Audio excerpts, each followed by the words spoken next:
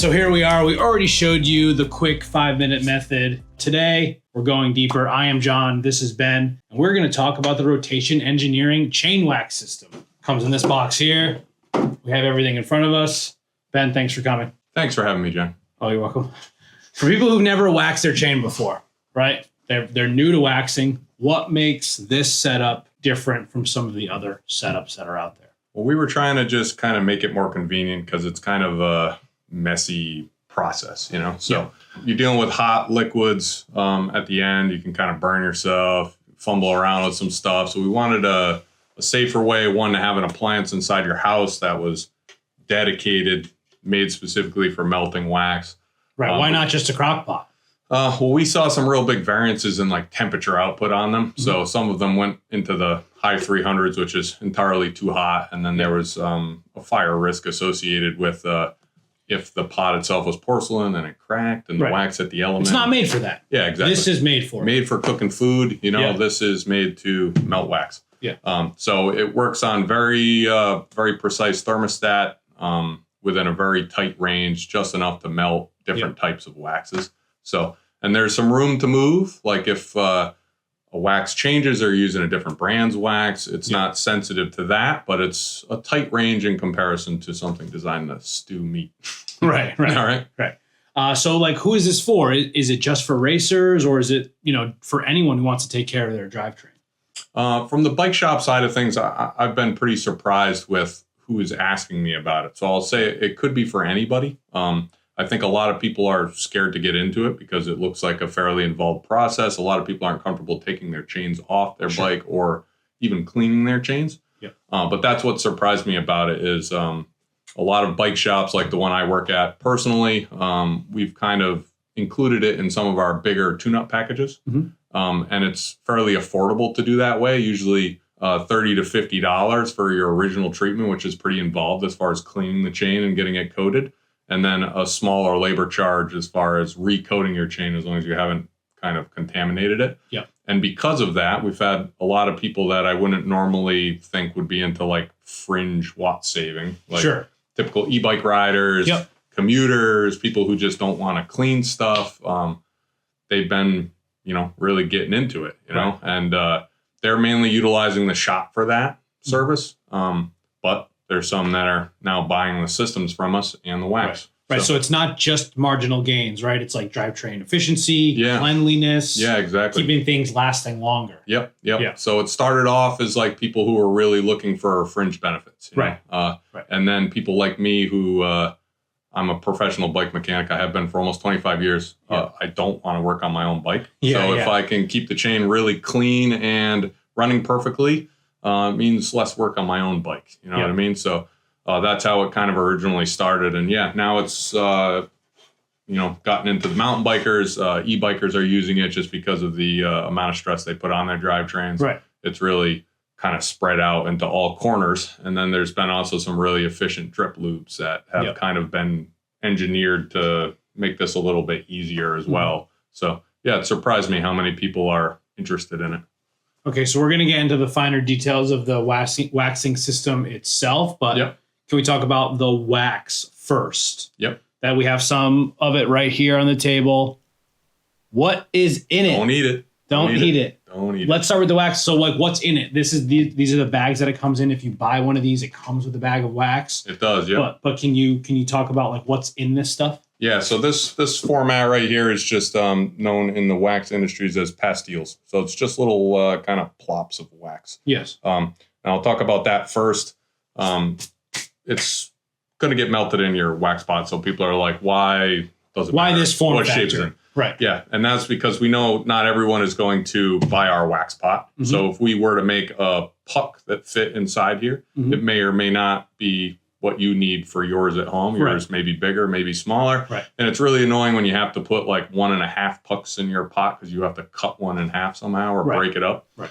So this was just more convenient. It cost a lot more to actually have processed that way, but we felt like it was worthwhile. Now, our wax pot, we usually just put like a small dome of those pastilles and it melts down to kind of the perfect level. And you're left with kind of half a bag left over for... Right, after you've done the initial touching up. Right? Yeah, exactly. So it's just a little convenient like that. You don't have a puck cut in half with a hacksaw sitting on your bench top. Right. But we, without going too far into the details on what we actually have in there, we settled on 2 different types of paraffin. Yep. And they are USA made paraffin waxes. And the reason why we wanted kind of that mixture of the 2 of them is we were really trying to see how hard we could make the dry product, because wax itself is a great lubricant, but we're actually using it to bond some additives to the chain. Right. So we wanted it to almost approach like a polymer state, like a plastic. Yeah. But still be, soft enough that you can get it on your chain and bed it in normally without sophisticated tooling. Yep. So we played around with that, kind of mixtures of some microcrystalline waxes and some different paraffins until we got to this consistency. Mm-hmm. And then we tried a lot of different additives, a lot of different sizes. There's 4 additives that you've heard kind of tossed around: WS2, tungsten disulfide. There's molybdenum disulfide. There's evil Teflon. Yeah. And then there's hexagonal boron nitride. Yes. So I'll say, is that HGN or something? Yeah. So and I'll say 2 of those are in our chain. Gotcha. We won't tell you which ones. Yeah. But we moved away from Teflon. We were using it for a while. Mm-hmm. It's not risky if the crock pot doesn't get above 500 degrees, but it becomes poisonous if it's vaporized above that. So just from an environmental standpoint, it never really can be broken down organically. So you should, if you are using it in a wax product, you should be disposing of your wax pretty carefully as far as what you do with it. So we kind of moved away from it there. The 2 additives we chose, one is very dense and then one is very light. Mm-hmm. And that just helps with cohesion and consistency from the top of your crock pot to the bottom. One, it means you can be a little lazier with the mixing of the wax, which is nice. And it also means it's going to be consistent from the day you pour it in and your last usage when you've used all of it. We like that mixture. It was just a little easier to deal with. WS2 is kind of the super lubricant that everyone's talking about. Mm-hmm. That's used in a lot of different companies' waxes and drip lubes now. It's very dark black and fairly messy if it's in an oil, but it's pretty much impossible to break down. And the same goes for moly. So it's like a lifelong lubricant in a bicycle. You just have to hold it there. Right. So that's pretty much the whole design here is paraffin's great. It's hydrophobic. It coats the chain nicely.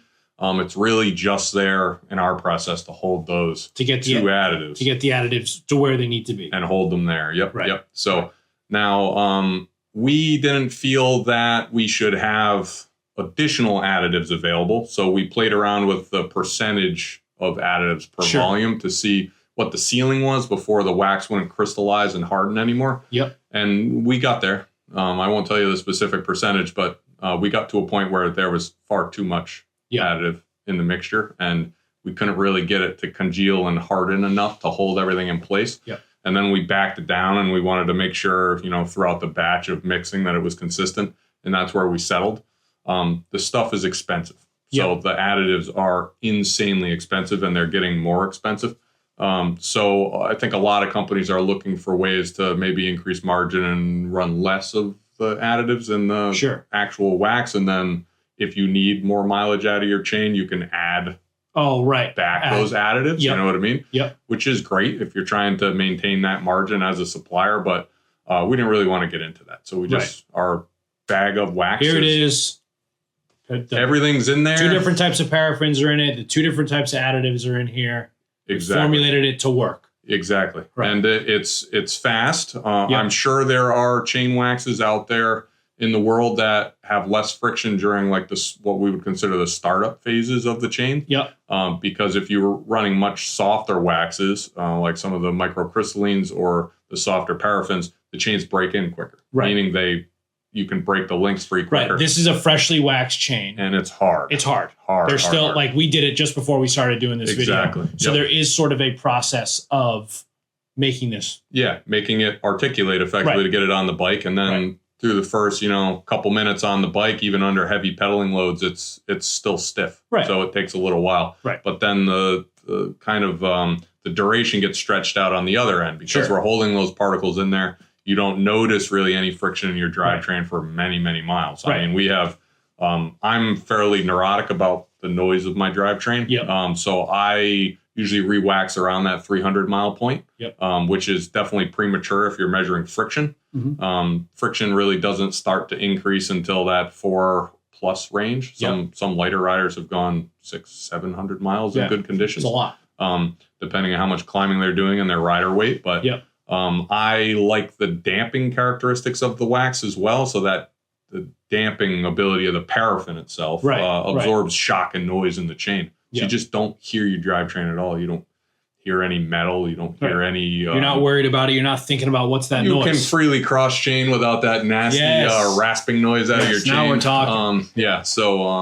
I really like the damping quality. Now, that isn't quantifiable as far as friction goes, but it's nice to have in a bicycle where you just listen to the things that are going on around you. There's so many of these different variables, right? Like we talked about speed and you talk about the noise, but it also is a question of like longevity, right? Longevity and just like the livability of riding a bicycle. Like nobody wants to, especially a road bike, wants a loud bike. So I think that's why so many people, when they get on wax chains, there's a lot of benefits to it. But one of the first things you'll notice is not the loss of friction, but the loss of noise. And that's really unique just to hot wax treatments. Really good drips can dampen slightly, but not as much as this. Exactly. I mean, you can physically see it. It's very thick, and we can talk about that kind of process later on, as depending on when you pull the chain out of the wax, you can kind of pick and choose how much material is left on the chain. You know? And there's been some fringe benefits to that. Those stretch out your mileage a little bit, but we can talk about that later. So let's talk about temperature now, because I think that has a lot to do with like how the wax interacts with the chain. Exactly. And so we threw some numbers out there, but we feel pretty strict about temperature control. And there's the 249 Fahrenheit and the 179 Fahrenheit, which you'll see on the reader here. Why those specific temperatures?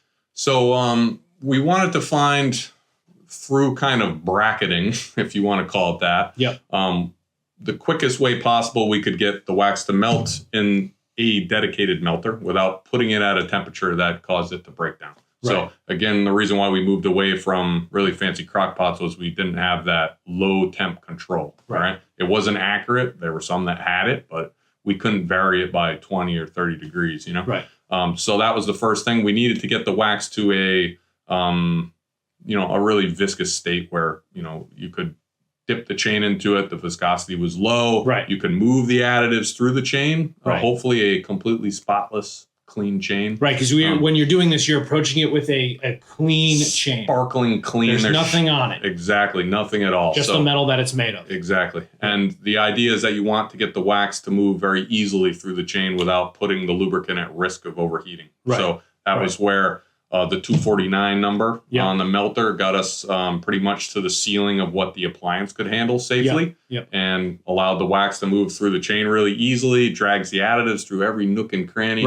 And these are nanoparticle size additives. They're like if you threw a handful up in the air, it would be a cloud. That's how small they are. So they can get everywhere. And then once those particles embed in that surface, they're retained there by the pores in the metal, also the little scrapes that form from natural riding on a chain, and the wax. All right. So and all that stuff is getting in between all of the grooves here. Exactly. Now, if you were to pull the chain out at that higher temp, that 249 temp, you would obviously have that low viscosity wax running out of the chain now. It just falls off the chain. Exactly. And it, of course, is going to drag a percentage of additives with it, especially the heavier ones in the chain. So you're left with less retention. Now, that's good and bad. It means that the chain is probably a little easier to break in. It won't be as stiff as this, because this is something that we did let cool down to the congealing point of 179 Fahrenheit. This would be like the thickest setup that we would approve for our own wax. Obviously, everybody's is a little different as far as brands go, but that's about as thick as I'm comfortable with, and it still is possible to bed it in easily. You're not pulling it out and having to hit it with a heat gun or a torch to get it on your bike. So this is as thick as you can get it without making a mess, really. But if you were to pull the chain out before the wax had kind of dropped down to this congealing temp, you'd still have a fantastically lubricated chain. Sure. Still better than anything you're going to get right. in the liquid form drip wax, period. Yeah. So, but it just might not be retained as well. Exactly. So right. if you're looking to do this like I am the least amount of times possible and you're okay with it taking a little extra time to do in the first place, then that's the way you want to go. Right. There's nothing wrong with the quick route. Most bike shops are going to do a single phase, drop the chain in, let it acclimate, pull it out, let it dry. Yeah. You're going to see next to no wear on that chain if it's waxed at the right intervals. Yeah. So this ability to cling a little extra additives and a little extra wax would be for people who are riding in really bad conditions all the time, or they're looking to add some endurance to the chain. Yeah. Now, anyone who's giving you numbers like, oh, you can do 1,200 miles on this, most of it's BS. It's got to be rider specific. Right. And it's also need specific. There's a lot of variables. Things. Yeah, right. Conditions, how hard you ride. And if you're like me, I'm sensitive to the noise. Again, the noise happens before the friction increases. Right. So you'll hear the noise first. That's the wax leaving the chain. There's still additives there in the places they need to be. And they're bonded to the metal. Exactly. They're still there. So you don't have an increase in friction, but you're losing that damping quality of the paraffin. Right. I re-wax at that level. And like I said, depending on, I'm a heavy guy. I'm 250 pounds, and I climb a lot, actually, ironically. So I compress that paraffin out of the chain, and that I want to call it noise, but that feeling that of that drivetrain, usually around that 300 range, depending on under normal circumstances. But I don't need to re-wax my chain there. No, you more want to. I want to. Peace of mind. Exactly. Yep. We have some team riders on the Comp Edge team that have stretched this out to 600-700 miles under perfect road conditions. Lighter riders, fit racers. Yep. With no issues with that. Yep. But that's in perfect conditions. Now, one thing I do want to touch on is this is not just for road bikes. Yeah. So we use it on all of our mountain bikes, and a lot of professional racers do too. It has a lot of benefits when things get dirty because wax itself is hydrophobic. So water has a tough time sticking to it, and so does everything else. Yeah. And then more importantly, you fill some gaps in the chain.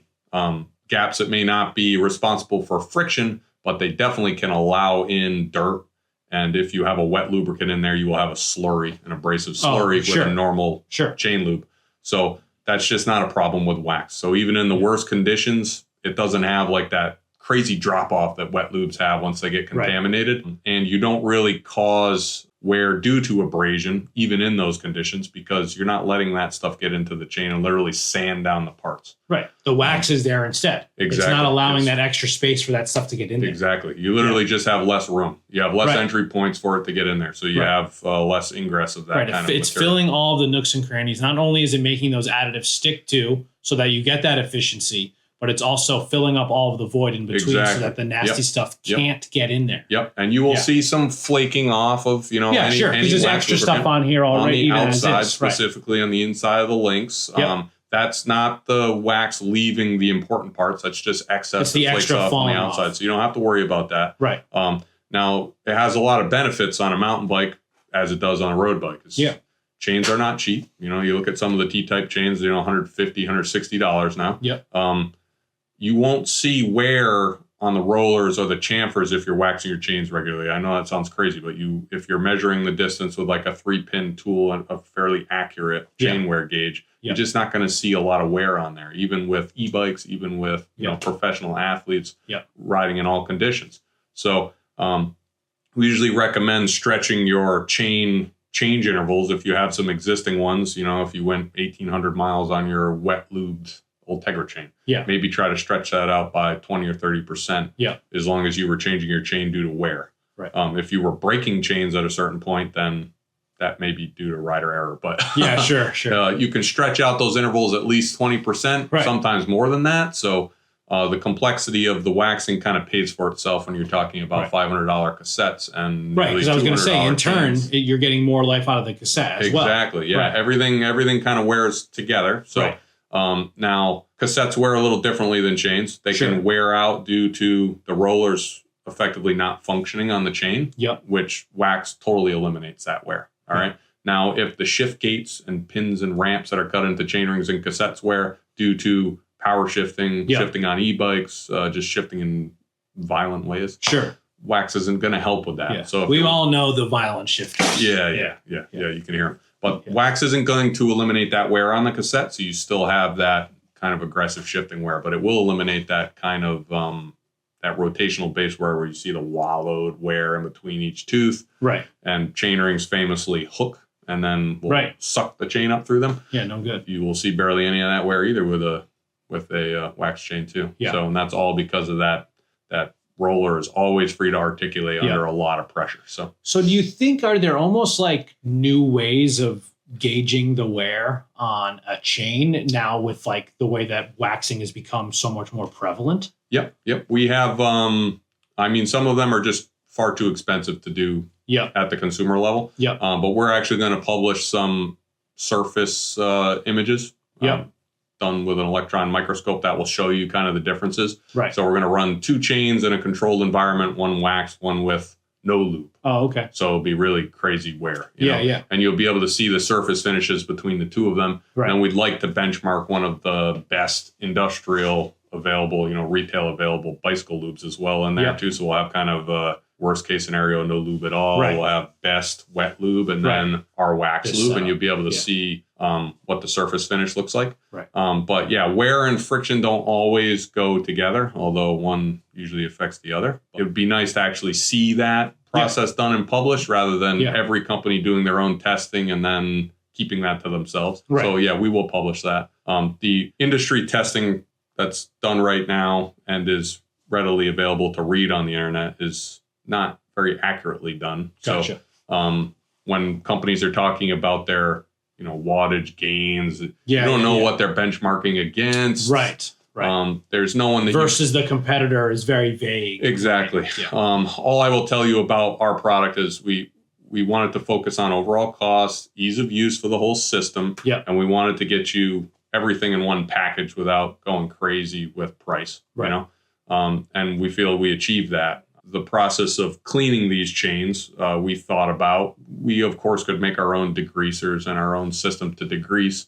But we didn't, after testing a bunch of our own theories, there's already existing product that is as good as what we would have been able to create out there in the industry, both available at your local hardware store and at bike shops. So there just wasn't a reason for us to jump into a market that was not going to benefit from us being present in it. So we could talk about that later as well, but that's a big part of this process. Is most of the horror stories you hear about people waxing stuff, why it went so badly is because the prep work went badly. So let's talk about that. Let's talk about more of like the pro version of getting this done, right? So full process, start to finish. You're prepping a chain. You're getting a brand new chain, wherever it's from. You're opening it out of the packaging. How are you prepping it to go inside this? Because it doesn't go right in. No. That's where you're going to have some issues, major issues, and then it's really hard to backset from those issues. Right, because there's stuff on your chain when you buy it new, and you have no idea what it is. Right, and the company that you're buying it from isn't going to tell you what it is. Right. So you need to get it off the chain. Now, people always ask, should I wax an existing chain or should I just buy a new chain? That's completely up to you. I do like the thought of people riding in their chains slightly from new with the assembly grease on them, especially the higher performance chains like the XTR Endurace, SRAM Red, XX chains from SRAM, because they have exceptionally hard coatings. On them from the factory. Chains. So we're talking about a very hard steel that the chain is made out of. Right. But pretty much every high-end chain company is looking for ways to add durability to their premier product. So Shimano has their Siltec coating, which they're kind of cagey about what it actually is, but it seems like a plastic polymer coating to reduce friction. And then there's probably, again, I don't work at Shimano, but there's probably a nickel coating underneath that to prevent corrosion.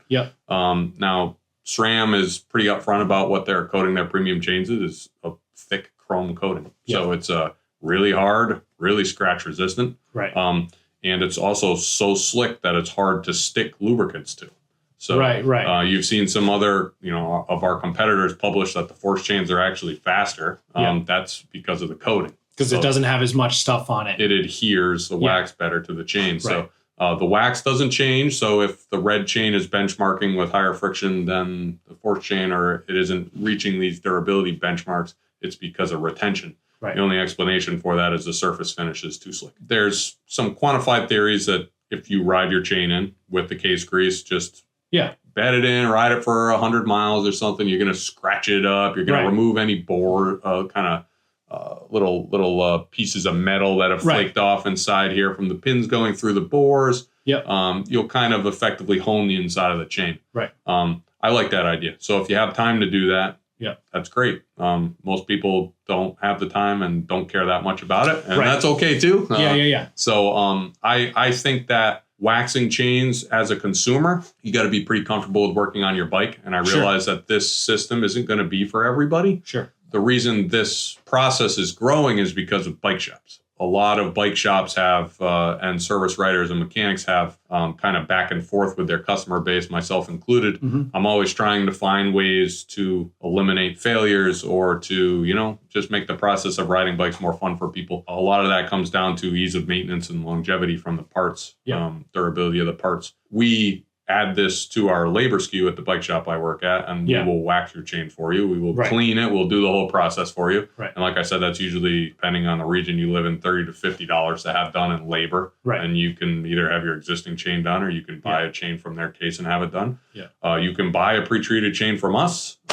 Most of our competitors sell them for the same reason. That's the easiest way to get into this. Right. Now, if you didn't do any of that, and you wanted to clean your own chain, and you're okay with having that stuff around your house, you know, the cleaners and the degreasers, and you have a way of disposing of the old stuff, and you have a space to do it in, there's a lot of different directions you can go. Like I said, we played around with our own. We just weren't bringing anything new to the table. We were just effectively could have slapped our label on any jug of stuff from China, and it would have been fine, but there was no reason to do that. So if you're going to the hardware store, I still haven't found anything better than mineral spirits in a mason jar. If you actually want to just grab one of those mason jars there, John, get out of frame for a second, but literally get 2 glass jars like this. Make sure they have a good sealing lid that's made out of metal. Pretty good glass quality here.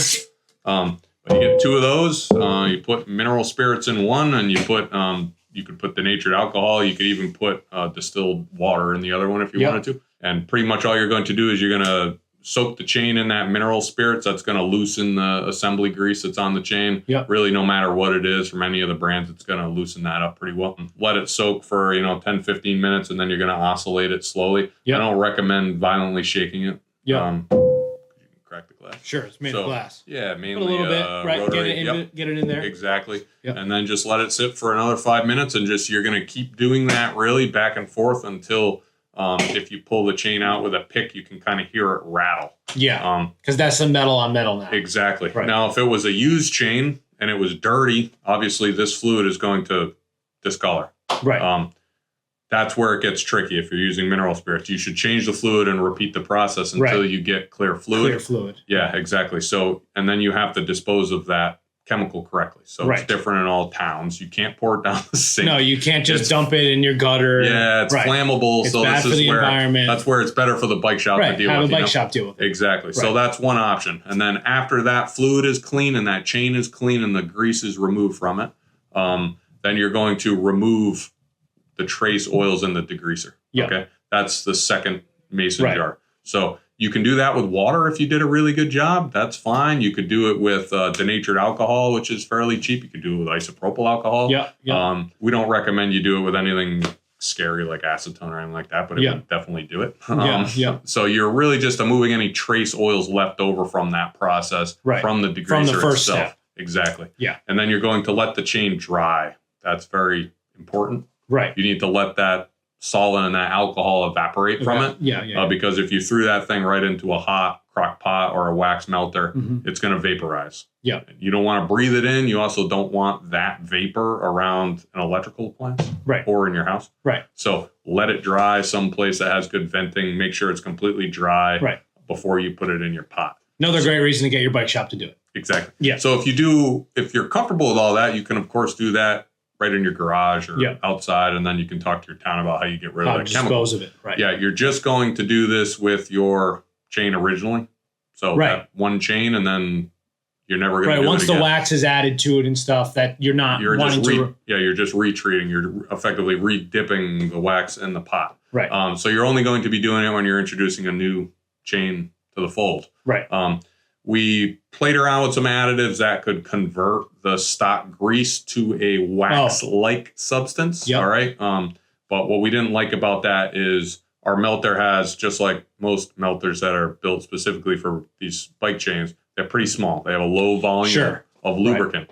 Right. You need a pretty large chunk of these additives, takes up a large volume of that. The one that will strip it and turn it to something wax-like. Exactly. It's always present in your lubricant. Right. After that. Right. So it's taking up space. It's not a lubricant. It does convert the wax to the case grease to a waxy-like substance. Right. But it's not the same as this stuff. Exactly. And it is taking up the space that otherwise this stuff would be in. Yep. Right. So, so you're essentially cutting your wax with something other stuff. Yeah. Exactly. Right. So we felt like it was more appropriate to enter the market with pre-wax chains that were, affordable enough that you wouldn't have to buy this additive to do that. Right. You could just keep your melter as a lubricant, keep your degreasing steps either separate or buy a chain that was already done for you. Yeah. And then again, the bike shops that are doing these services are waxing existing chains that they buy in bulk quantities. So the pricing is really competitive, especially if you talk to your shop about it. They'll usually work it into a tune-up. Some of them have subscriptions now for waxing services, so that's great too. The entry into this process is actually really easy. Yeah. It's the degreasing and cleaning that's always the hurdle. There's some great biodegradable bike shop quality degreasers. Yeah. Pedro's orange peels is one of my favorite at work.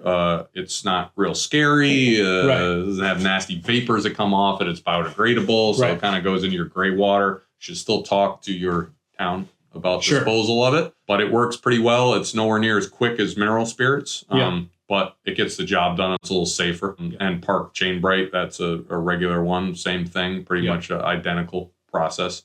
But you're going to just replace the mineral spirits with that. Right. Clean it with that degreaser until you get clear fluid, so you still have a lot of waste. Right. And then you're going to go into a cleanser to remove the trace oils again. Distilled water. Yeah, you could use water. You could use alcohol. Alcohol always works better, but you have to deal with the alcohol after it's water, Right. And then everyone always asks about ultrasonics.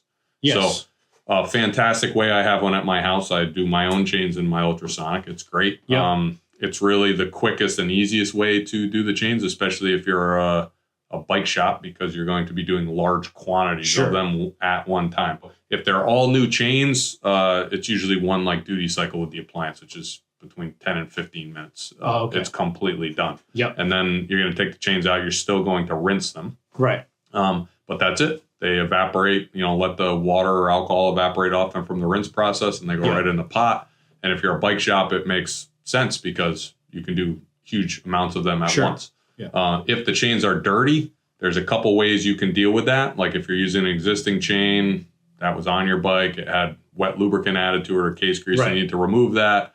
It gets expensive because ultrasonic fluid is not cheap, and you can minimize the amount of fluid you're using by putting the dirty chain in a HDPE bag and then putting a small amount of degreaser in that bag. Yeah. Putting that in your ultrasonic cleaner. Right. That way you're only contaminating what's in the bag. You just have less volumes of it.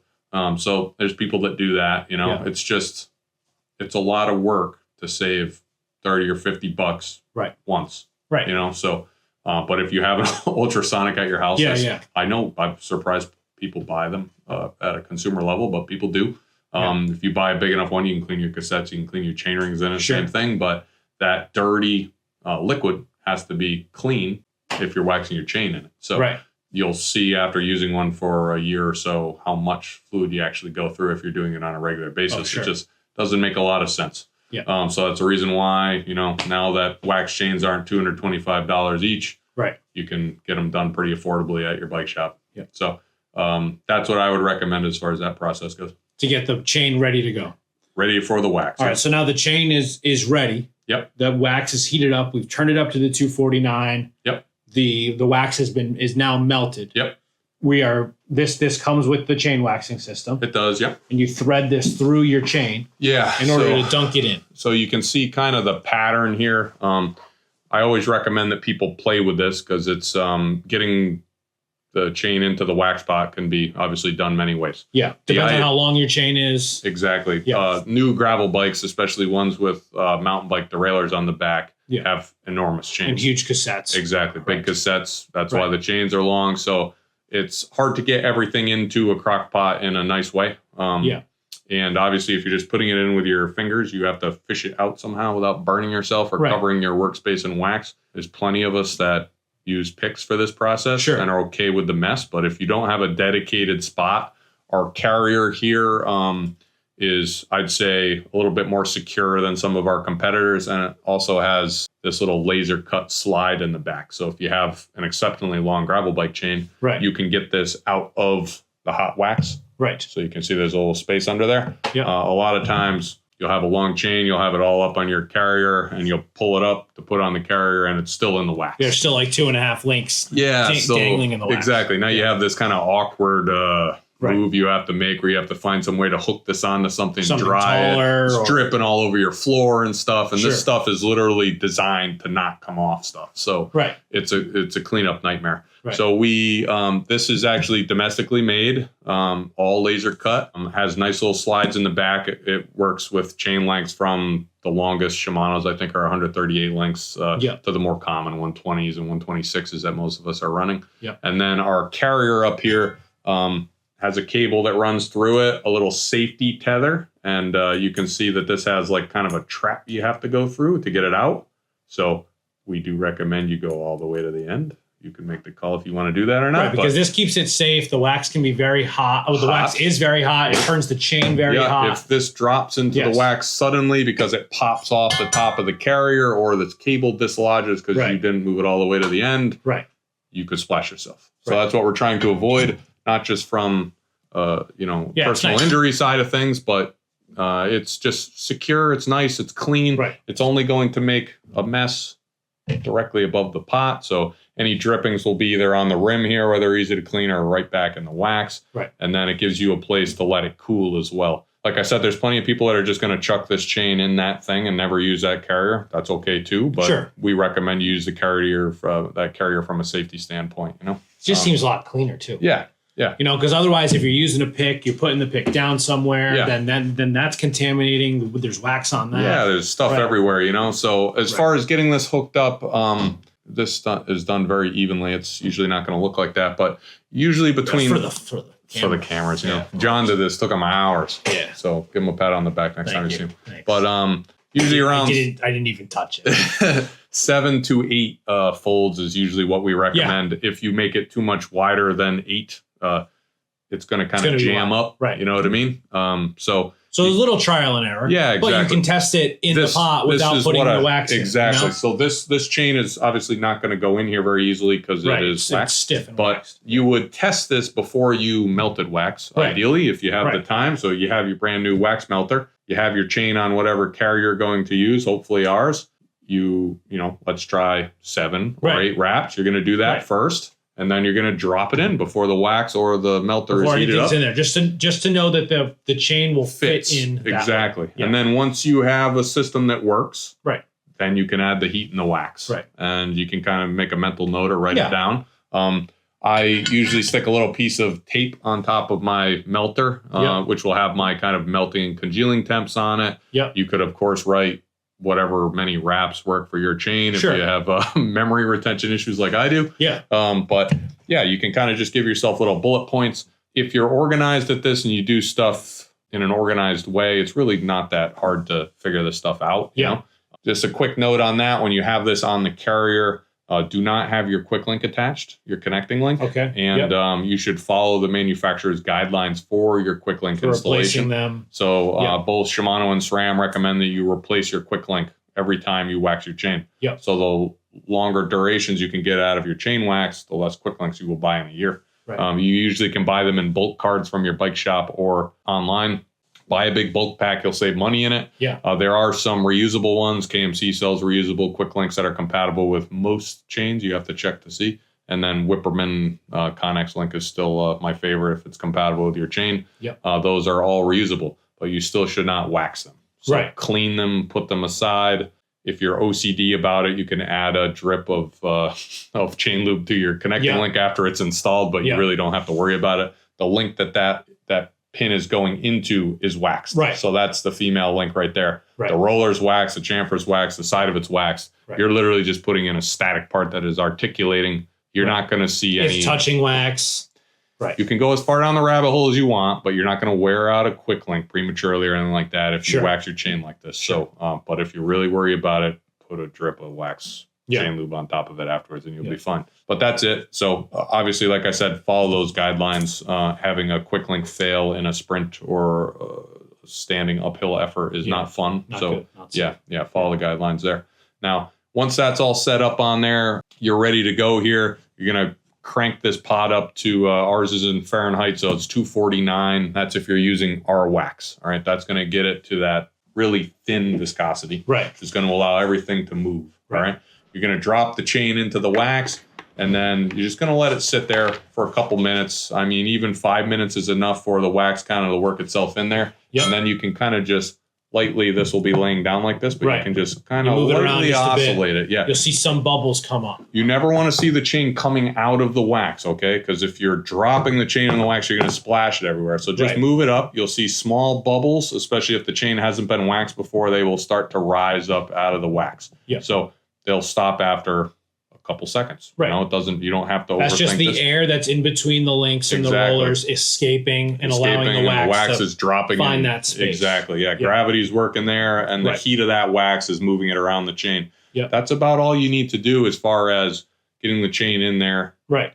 And letting that kind of get in there. And then you're dropping the temperature? Yep. So I like to drop to the congealing temp of the wax, and it takes a lot longer, okay? So our wax melter, just like most others in the industry, uses a temp sensor that's on the heating element, okay? The temp sensor is not in the wax, okay? So you don't see any like little probes sitting in here. It's on the readout that's on the display is for the element that's temp. underneath, not necessarily the temperature of the wax overall. Exactly. Right. So now wax has a congealing temp where it's in the phase of turning from liquid back to a solid. Sure.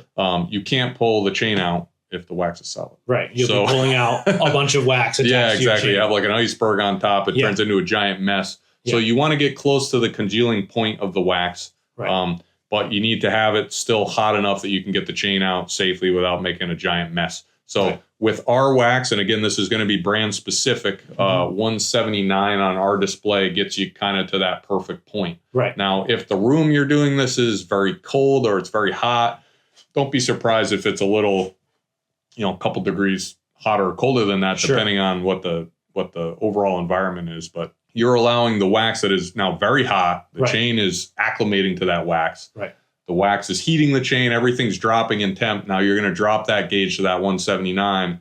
And now the element is going to drop first. All right. The element is going to cool pretty quickly. Probably 6 minutes or so it will be at 179. Right. The wax is nowhere close to that. Takes a lot longer for it to drop. Longer. All right. Yeah. So if you're not using a thermometer, you can wait about 20 minutes. 20 minutes. If you're at room temp, if you have that amount of time. Again, if you have to pull your chain out, you don't want to waste the time on fringe benefits. You just want to go for a ride. Pull it out, let it cool, break it in, put it on your bike. Yeah. You're not going to see any drop off in benefits compared to the best drip lubes in the world, prep the best ways. It's still going to be superior to that. Yeah. But if you're looking for a little bit better adhesion, you're going to have to wait.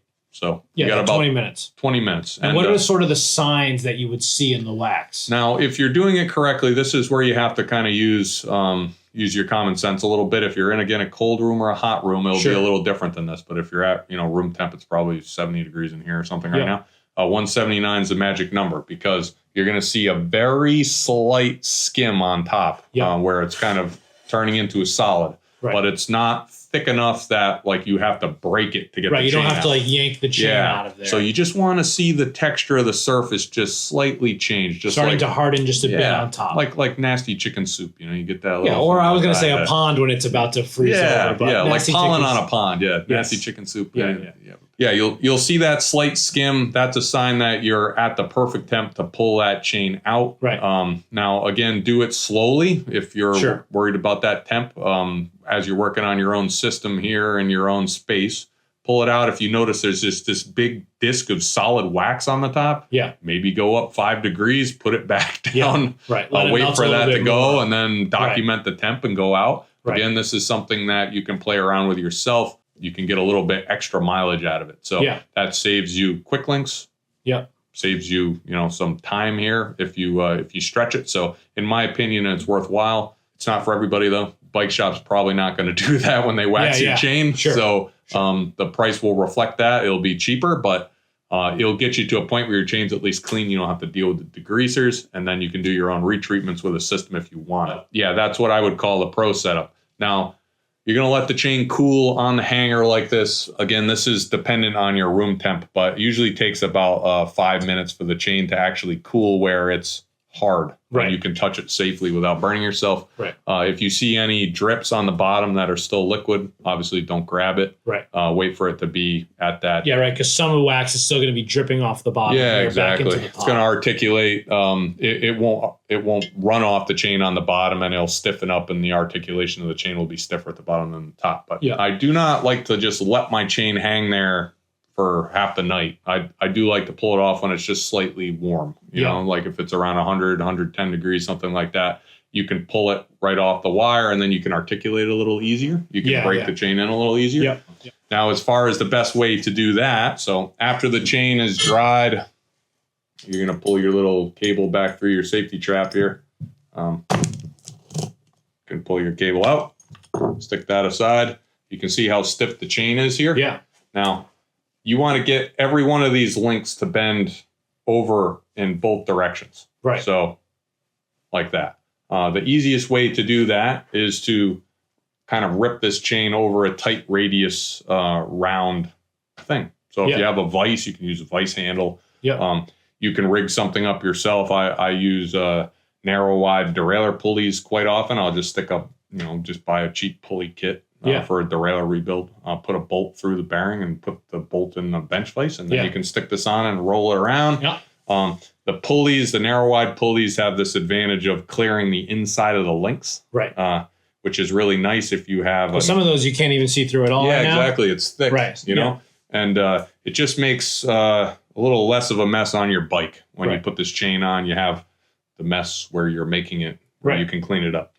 We are working on a bed-in tool, not for consumers mainly because it'll be a system. The footprint of it, right? Exactly. It'll be a shop quality tool, so it'll be an expensive tool, especially for someone who's using it very infrequently, like an end user. But that will clear the links. That will allow us to run this with a power tool, so we can get a more consistent, faster break-in. Again, it'll minimize downtime in the shop. But if you're doing this at home, a vise handle works great if you have that in your workshop. Really anything round and fairly hard that you don't care much about because it's going to make little marks in it. But you're just going to rotate it around. And then if the chain is still stiff like this, you didn't do it right. Right. Flip it around to the other side. Do it again. Keep doing it. Because you can see, again, our wax is very stiff. Right. So you can see I can move this link now, but it is not freely moving yet. So you want to rotate that around that tight radius a bunch. All right. Once you get this thing to where it will literally swing from every pivot and it's loose enough, you can see this is already approaching. It'll go back to looking more like the chain that was fully fresh and clean. Exactly. Right. Then you can put it back on your bike. Now, a lot of chains these days are asymmetric. So you'll see Shimano chains have a outer link and an inner link. A lot of the SRAM chains are flat top. So you can only put it on one flat way. Goes up. Yeah. So make sure you follow the guidelines there when you're putting it through. And then really common rookie mistake here is that you miss one of the catch tabs inside your rear derailleur when you put the chain in. Oh. And then the chain is just running across that tab in your derailleur until you figure it out. We've seen them saw right through them before because the wax is such a good lubricant that you don't even notice. You just hear a noise. Make sure it's running freely around the pulleys without going over any hard catches in the derailleur. Right. Take a picture of it before you take it out. Be the best way if you're unsure of how it goes back in. Yep. Yeah. Or like I said, consult your bike shop and they'll do it for you. Right. All right. Yeah. So the difference between the short, this and the quick version, you're going to get more life out of your chain. Yep. More quick links. More quick links. And so it basically is less quick links, actually. Yeah, less quick links. More time with your chain without having to replace things. Exactly. Yeah. Yep. And so I think a lot of people are buying multiple chains to get ahead of the process. Yeah. Right? Yeah. You can kind of shuffle through them. That's a great way. And then some of the shops, Comp Edge, which is a local shop, does a really good job is they have a chain on file for you. Yep. So you go in there as a subscription, you pay for the year. Right. You go and grab your chain, comes out of a locker, goes right on your bike, and then your other chain gets give waxed, the old go back chain, in the locker. right. So they flip it around for you. That's a great option. You can do that yourself, obviously, at home. Most chains aren't very expensive. It's just when you get into the newer SRAM chains, they're expensive. They're expensive. Yeah. So what is the maintenance interval that we're talking? Like every few rides, every few weeks? It depends on the rider. Should it be a noise thing? Like it's really going to be something you kind of have to figure out. Figure it out. Based on your riding. So if you were using an existing super lube, like some of these new wax, high additive concentration lubes, again, start with a benchmark of 20% more than that, and then see how far you can stretch from there. If you track your mileage, that's the best way to do it. So you can set little reminders on your whatever your head unit or the app that you use to track your fitness stuff. If you were really organized, it's not hard to figure out because you could just add 20% to your old lube interval and then go from there. If you were cleaning, let's say you ride as much as you a week. So what are you averaging in the summertime in season? Oh, like 200, 250 miles. So if you're riding as much as you, how often were you lubing your chain with you were using a drip? When I was using a drip wax, probably every 200 miles or so. So once a week or something like that. About once a week. Right off the cuff, someone even who rides as much as you and at a pace like you could probably double that to start off. But 20%, and you could check it if you wanted to stretch it by 20%. Check it if you're starting to hear noise on the bike, and that drives you crazy like it does me. Then you can wax your chain. Yes, normally for me, it's a noise-based thing. I start hearing it and I think, oh, this needs lube. Are there any visual tells or is that too granular? It's tough because you can't look inside the chain, you know, at the parts you're actually hearing contact, or usually the roller's on. There's like a little journal that the roller spins on. Most people think the roller spins on the freely. pin. No, there's something inside the roller. Exactly. It sits on like a side plate and there's like a little journal that's very well shaped. And that's what's great about wax is it fills that void and embeds those particles in there. Gotcha. And that film that separates the two metal parts really never goes away. The noise comes up, all right? So all of a sudden your noise level will come up. That's a good indicator of that's when you're at a little bit beyond halfway. All right? So if you go for a ride yourself, again, it depends on how hard you're riding, how heavy you are, the type of bike you're on. If you're riding in sand and crap, safe is 20%. Check it. If you still don't hear any noise from your chain yet, you don't hear any rattle, good to go. Now, if you're riding in really bad weather, you're a commuter, you're racing cyclocross, you're a mountain biker. Just like with a wet lube, the biggest issue with moisture in your chain is getting it out as quickly as possible. So wax chains won't allow as much in, but moisture will get in. All right. Just not as much of it. It won't drag as much particulates, but it still gets in there. So if you get home from a truly horrific ride and your bike is caked and all sorts of stuff, you have a couple different ways you can go about it. You can just wash your bike, wash your drivetrain. I don't recommend using degreasers on your chain. You could use just a little bit of Dawn and water on the chain. You could use just a little bit of denatured alcohol in your chain cleaner. If you use a heavy duty degreaser, again, like an actual degreaser, like mineral spirits or something, you're going to start breaking down the wax that's on your chain, which you want to leave uninterrupted. You just want to remove the crap that got on it, you know? Right, because then it's almost like you're starting back at square one. Exactly. You're sort of infiltrating the wax that was good with this other stuff. You're breaking down this bond that you did really well from the get-go. So, again, this is if your chain, you can't even tell that it's a chain. It's covered in mud. It's covered in sand. You have a bad commute to work, whatever. You can clean it just like normal. Just don't use anything crazy heavy duty. Just a little Dawn and water. Dry it off really well with an air compressor if you have it. If you want to reach for that blowgun thing, I highly endorse these little. I just learned about this thing. Oh, these are fantastic. So not to plug Makita, but 400 miles per hour right out of that sucker. But if you have an air compressor too, it's a great way just to blow the moisture off your chain and then put your bike someplace, you know, in your basement if you have dehumidifiers down there where it can dry off, and then you re-wax it. All right? Yeah, I mean, that's a very different sort of subject, but I think a lot of people think about cleaning their bikes. They don't necessarily think about like wanting to dry it after it's been cleaned. Yeah, really important. Really important because that water is now everywhere. Yeah, you got it in your, it's another talk, but you got it in your headset, you got it in your bottom bracket, you got it in your hubs. It's everywhere. Getting it out of there is just as important as doing the cleaning in the first place. And it's usually where most people go wrong. But now if you're lazy, like I am with this, I'm not going to clean my drivetrain at all. I'm going to blow it off with an air compressor, and I'm going to throw that chain right in my wax pot, even if it's covered in stuff. So bag of this stuff is about $40. It's not going to kill it. Most of the particulate that is on your chain is going to sink to the bottom of your crock pot. And though it may look small to you, it is not, in fact, that small of a particle. So most of that silica and organic matter from the ground, sand, all that stuff is largely going to settle in the bottom of the crock pot. Because it's heavy and it's sitting at the bottom. Exactly. So it's not a huge concern. If you're OCD and you just can't wrap your head around that, clean your chain first.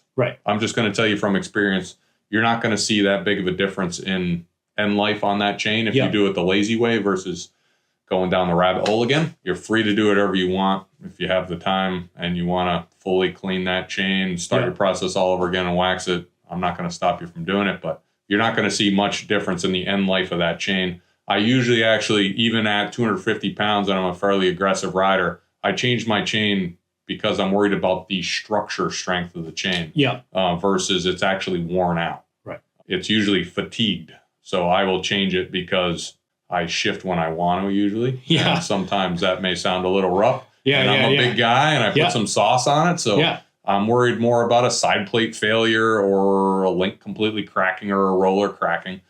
So I've never taken a chain off my bike that's actually been showing measurable wear. If it's been waxed its entire life. And that's even doing that the lazy way with dirty rides or just going straight in the crock pot. So I think most of you will see the same wear life, but it's going to be really user specific. Any brand that's telling you you have 325 miles to ride this. No, too many variables. It's just BS. You know what I mean?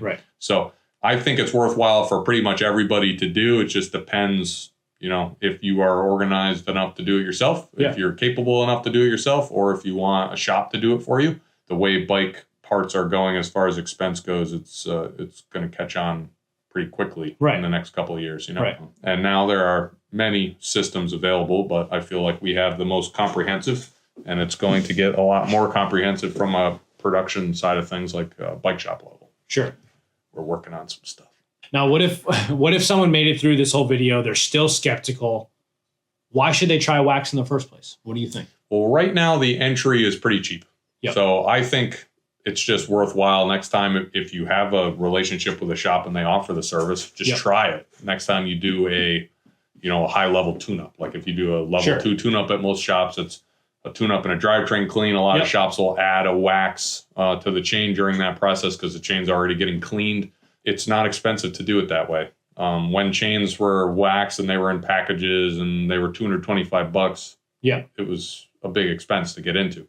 But if you have an existing chain that's working, it's not worn out, try waxing. If you hate it for some reason, which you probably won't, you can just go back. Just go back. So it's not that big of a deal. You don't have to buy the system. You can do everything remotely with an existing vendor. So I think it's worthwhile.